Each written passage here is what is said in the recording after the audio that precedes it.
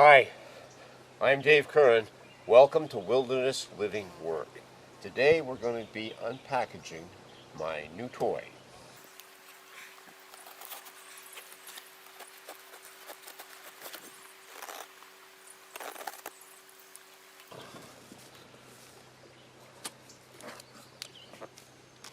It is the PCW3000.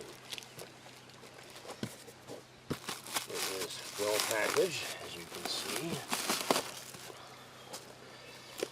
It comes with a belt for putting around a tree. We'll show you how to use that in a bit.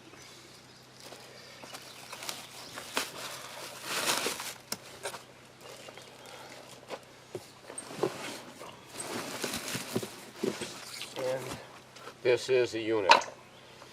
Now, this unit is very similar to my Honda pump and water pump, and we're going to be adding the gas and the oil in a second. Okay, now with Honda engines I always add a dash of Marvel Mystery Oil to the blend. This is going to take about 12 milliliters. Not a lot, not a lot. But I found that with Honda engines, if you keep Marvel Mystery Oil in the blend, your engines will last a lot longer. And I'm just going to take some 10W30 oil and fill this to 100.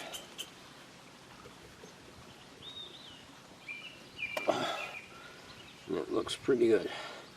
You do not want to overfill Honda engines, I've discovered. They don't like that. So I will take this off. And we'll just stick that in there. If you overfill a Honda, they can tend to burn oil after a while. So you want to avoid doing that if you can. Now I know this will be, since it takes 100 milliliters, it'll be perfect. Okay, now this gasoline has about 50 milliliters of Marvel Mystery Oil mixed with 2 gallons. It also has a little bit of octane booster in it. That's the mix I use all the time. Make certain that you tighten the gas tap as tight as possible. It can leak gas if it's not tight enough. Marvel Mystery Oil is not a lubricating oil. It is a performance booster. Okay, in order to set up the engine, you're going to need to pump this bulb to get gas into it. It pumps gas from the... you can actually see the gas going in the tube here, so that gas is actually getting to the engine. Okay. Let's step in and look at first the choke. The choke is on when this lever here is all the way up. Start the engine with the choke up. But if the engine is warm, or as it warms up, you close it and turn the choke off so that this is the position you want to run the engine in. This lever here is the throttle. This is low, this is high. Now, starting the engine for the first time, I kept it in low. And turn this to on, and it's just a matter of pulling this down. It starts pretty easily. I want to give it more gas. Okay.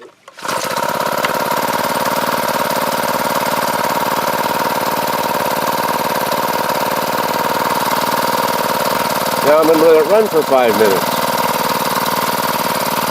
Okay, our warm-up is complete. Let's go winching. Okay, I'm going to be cleaning out trees that the fire have killed. I'll be cutting some standing ones that are dead, and also hauling some ones on the ground here.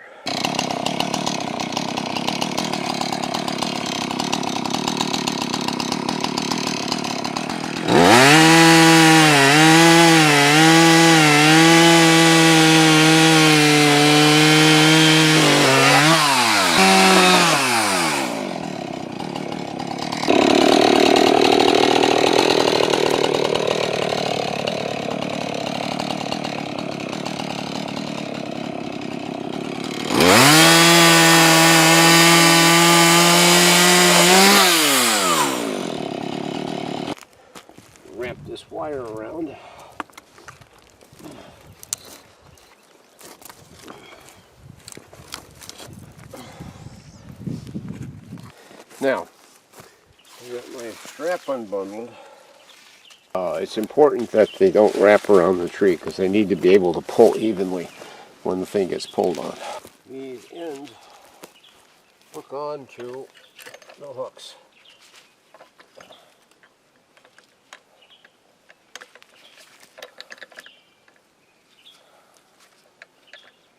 Like so.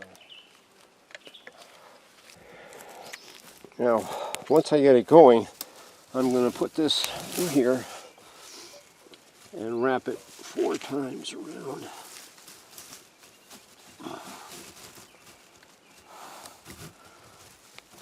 And then up through here, making sure that I don't get in the way of the rope or get tangled in it. Then when I pull on it, it should work. Okay, now I didn't show this, but up on the hill, the rope I'm using is actually a 167-foot static climbing rope. It's extremely tough. I used it to send log sleds down the hill and then jerk them to a stop. So this is one tough static rope. This is a carabiner. It is a locking one, a tough one. Now, when you have a carabiner, you want to slip it onto your wire puller, and then you want to lock the carabiner. You always want to lock your carabiner because they're much stronger when they're locked. They can actually bend if they're not. And of course, this was actually on my log, and we're all set to start pulling. I've got it wired on.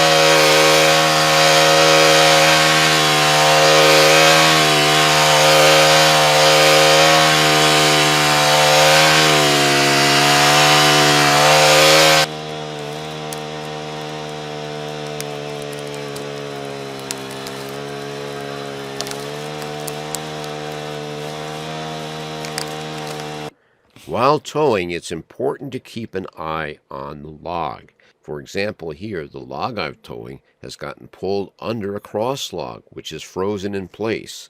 Do not get caught in situations like this. Well, that's it. That's the PCW3000, which I have to highly recommend.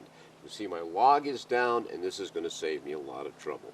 So please subscribe, and I'll see you next time.